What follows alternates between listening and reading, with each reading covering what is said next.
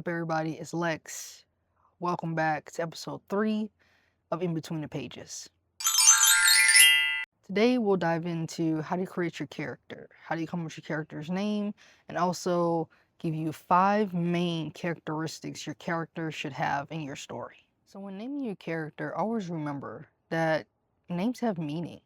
They give power to your character, they give action to your character, they charge your character to do something that they've never done before. Names are attached to who the character is, just like our names are attached to who we are. When people think about certain names, they place them in certain places, and it doesn't necessarily always have to fit and be that way, but you want to make sure that when you name your character, it fits to the storyline that the character will come into when reading the pages of your book. In Mother's Shoes, I have a character that is called JoJo, but that's just a nickname. Her name is Justice Lovechild. The reason why I put her name as Justice Lovechild, because if you read the book, you realize that her mother is a lawyer. That's where the justice comes in. And Justice is a exploratory type of child. She likes to dream. She likes to have a broad imagination. So I call her as Justice's last name because she is a loved child. Her mother has these magical shoes that allows her to travel and try different things. Her mother lets her step into her own footsteps. That is love within itself. When looking at my second book, The Little Cameraman, the character Little Jimmy is in remembrance of my late grandfather, whose name was James, but his nickname to family members and friends was Jimmy. It is a connection that we have all kept together and something that allows us to remember his life and the things that he wanted to do and portray, not only as the character's name, but also in the book as well. So there are 5 characteristics you want to make your character have. This allows them to connect with you as the reader and also its broader audience. The first one, you want them to be relatable.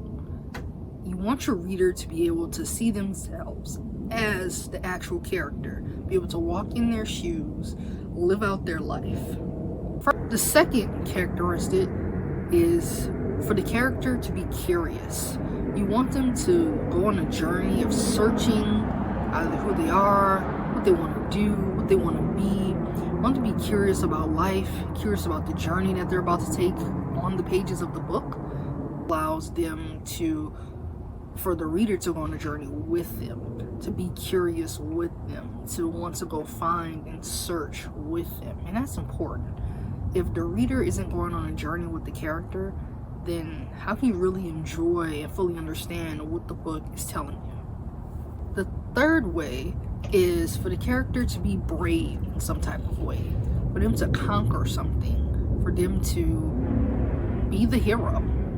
I think this allows for the reader to feel like they can do anything they put their mind to. And for young readers especially, you want them to feel that way, that they can conquer all. This is great for self-esteem. This is great for just how they deal with other people in the world and how they overcome different challenges that may arise in their life. The fourth characteristic is you want your character to be kind-hearted. You want them to be a nice person. You don't want them to be mean or a bully, unless that's your story arc. If they start off one way and end a different way, then go with it. But up front, you generally want to see the character's heart, that they're a good person, that they're helpful, and that they're honest. The fifth and the last characteristic is you want your character to be growth-oriented.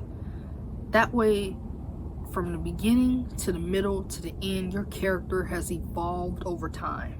This allows your character to change and mold and shape itself, but it also allows the reader to see that I don't have to always be who I used to be. And I think that's important. As we go through life, we change, we evolve, and we grow. You want your characters in your book to do the same, and this allows young readers to understand what that fully looks like for themselves one day. Everybody. everybody, it's Lex. If you've made it this far to the video, please subscribe. This allows me to do even more amazing videos for you all. And I just want to start with saying thank you, really. Thank you for watching. Thank you for taking part of this series with me, and there's a whole bunch more to come.